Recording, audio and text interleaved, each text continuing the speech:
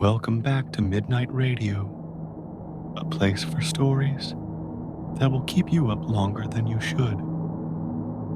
Tonight's stories called a package marked Return to Sender.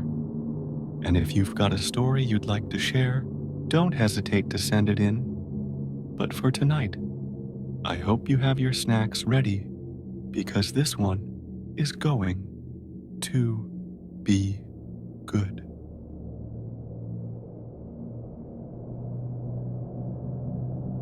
My neighbor is one of those annoying wannabe YouTube personalities. Over the years, I've seen him cough out cinnamon, lay flat on the hood of his car as it slowly creeps down the driveway, and douse himself in lukewarm water, all the while screaming epic win, epic fail, or fuck, epic maintenance of the status quo. For all I know, it can get tiring to watch him go about his shenanigans in the pursuit of viral fame. So, when he knocked on my door the other day, told me he was going away for a few weeks, and asked that I get his mail, honestly, it was a relief. I can't explain the peace of mind I had, knowing I didn't have to brace myself for any of his stupidity for a while. I was always afraid his stunts would wind up bleeding over into my life. Things were pretty normal for the first couple of days. He received a few bills, a bit of spam, and what I could only assume was a birthday card. Then, one evening, I got home to find a cardboard box waiting on his front porch. In big red letters was written, "Return to Sender." I'm no small fry, but I admit I had trouble lifting the box on my own. It was really freaking heavy. Lugging it across the road to my house was even harder, and I quickly realized there was no way I was going to drag it up the stairs and through my front door. I decided I'd leave his package in my garage. It wasn't like I kept my car in there. The garage door was a piece of shit that refused to open without a good thug and a whack. It was less trouble just leaving the car in the driveway than it was to fight with the garage door every morning and night. In hindsight, I should have set the package down while I struggled to open the tricky door. But you know how it is when you've got a good grip on something. No point in setting it down if you don't have to. It was as I kicked the door for a third time that I lost my grip on the package and it fell to the ground. I heard a light crack inside. Shit, I cursed. I hoped I hadn't broken anything important, but figured I just wouldn't tell my neighbor about it and let him assume the break happened en route. Hands-free, I finally managed to get the garage door unstuck, and boy did it screech in protest as it rolled up and over me. I dragged the box the rest of the way, setting it in the corner for whenever my neighbor would come back to claim it. And then I forgot all about it until a few days passed. That is, I'm not sure exactly how long it took for the smell to waft in from the crack under the garage to house door, but it came in slow progression.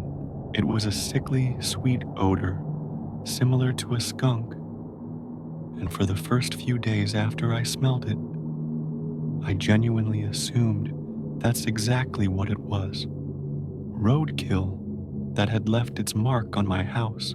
It was only when I realized the scent was growing more intense instead of fading that I went looking for a source. That's when I opened the garage door, and that's when the odor knocked me back, holding my nose. The culprit wasn't hard to identify. The only change in my garage was the box in the corner. I remember thinking it must have been one of those meat of the month subscription boxes. The meat must have gone rancid from being left out of the fridge for so long. How much meat could have been in there for the box to have been so large and heavy? An entire freaking cow? I covered my nose as I approached the box, a pair of scissors in my hands. I probably wouldn't have needed them to open it, as it had become soggy enough at the bottom to poke through with a finger, but I wasn't about to poke my finger into spoiled meat juices. That soggy bottom was the reason I had to open the box in the first place. If I tried to drag it out whole, everything would spill onto the floor. I was going to have to dump the pieces of meat one garbage bag at a time and take them down to the dumpster, a process I wasn't looking forward to. My scissors tore through the tape along the top of the cardboard box. I thought the smell couldn't get any worse, but as I flipped the flaps open, I discovered a whole new gamut of stink. It was like opening a burning oven, but instead of a heat wave, I was met with waves of piss, sweat, shit, and putrefaction. It was so bad that I staggered back and had to force down the puke, begging to guzzle out of me. I don't think I could have handled that scent mingling with the horrors coming out of the box.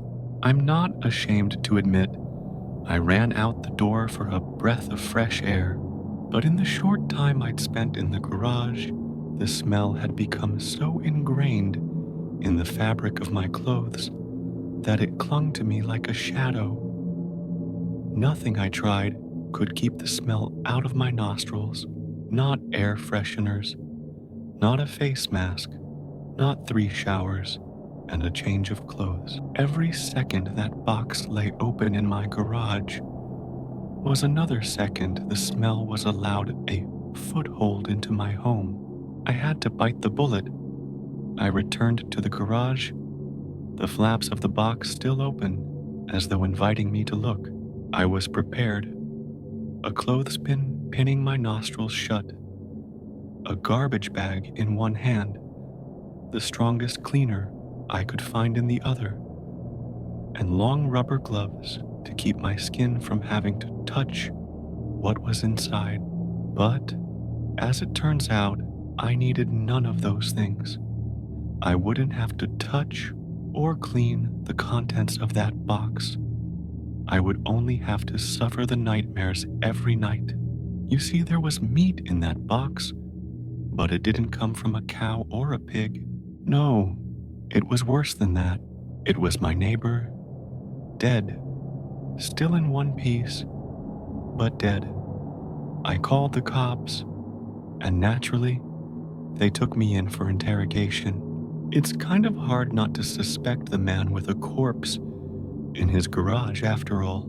Thankfully, they soon realized I wasn't involved. My DNA might have been all over that box.